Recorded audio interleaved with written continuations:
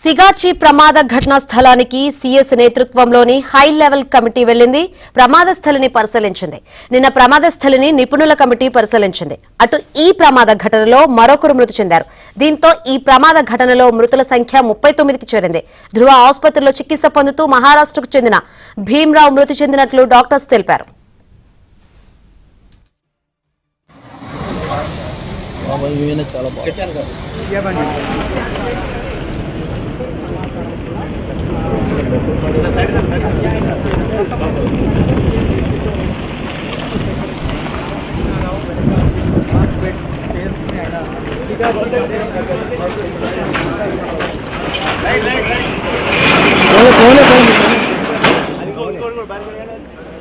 దుబ్బొద్దు పట్టుకోదు బిడ్డ చిన్నగా సార్ అందరు ప్రసాదం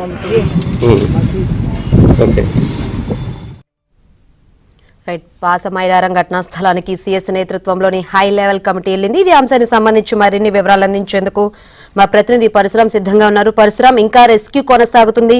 ఇంతవరకు మృతుల సంఖ్యపై క్లారిటీ లేదు. ఇప్పటికే సీఎస్ నేతృత్వంలో హై లెవెల్ కమిటీ అక్కడికి వెళ్లింది. ఏంటి ఏమేమి పరిశీలన సంబంధించి అప్డేట్స్ ఏంటి? కమిటీ పరిశీలన సంబంధించి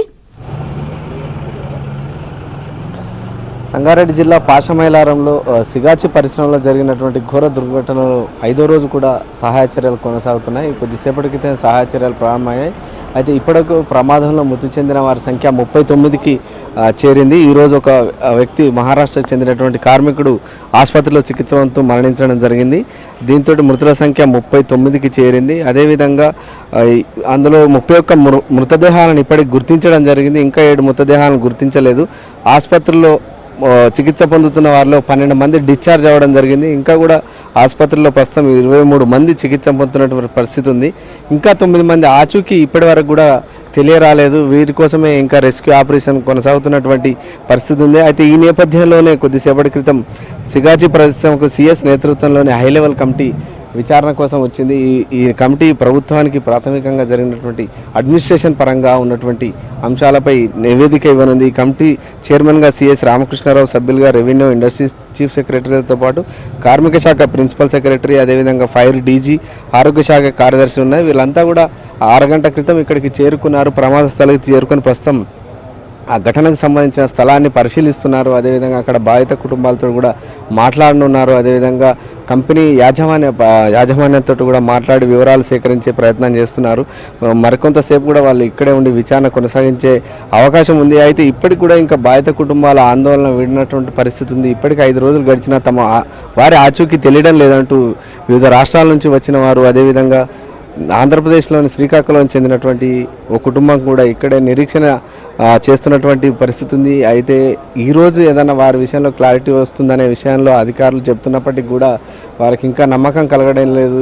5 రోజులు గడిచినప్పటికీ ఎలాంటి ఆనవాళ్ళు దొరకపోవడంతో వాళ్ళు కొంత అనుమానాలు వ్యక్తం చేస్తున్నటువంటి పరిస్థితి ఉంది. మహారాష్ట్రకు చెందినటువంటి ఓ వ్యక్తి కొద్దిసేపటి క్రితం ఆసుపత్రిలో మృతి చెందడం జరిగింది. వారికి కూడా పోస్టుమార్టం తర్వాత వారిని స్వస్థలాలకు పంపించే ఏర్పాట్లు చేయడం జరుగుతుంది. అయితే నిన్న ప్రభుత్వం ఏర్పాటు చేసినటువంటి నిపుణుల కమిటీ సుమారు 3.5-4 గంటల పాటు విచారించడం జరిగింది. అక్కడ జరిగినటువంటి టెక్నికల్ అంశాల మీద ఆ కమిటీ ప్రభుత్వానికి నెల రోజుల్లోగా రిపోర్ట్ ఇవ్వనుంది. ప్రస్తుతం సీఎస్ నేతృత్వంలో హై లెవెల్ కమిటీ విచారణ జరుగుతోంది.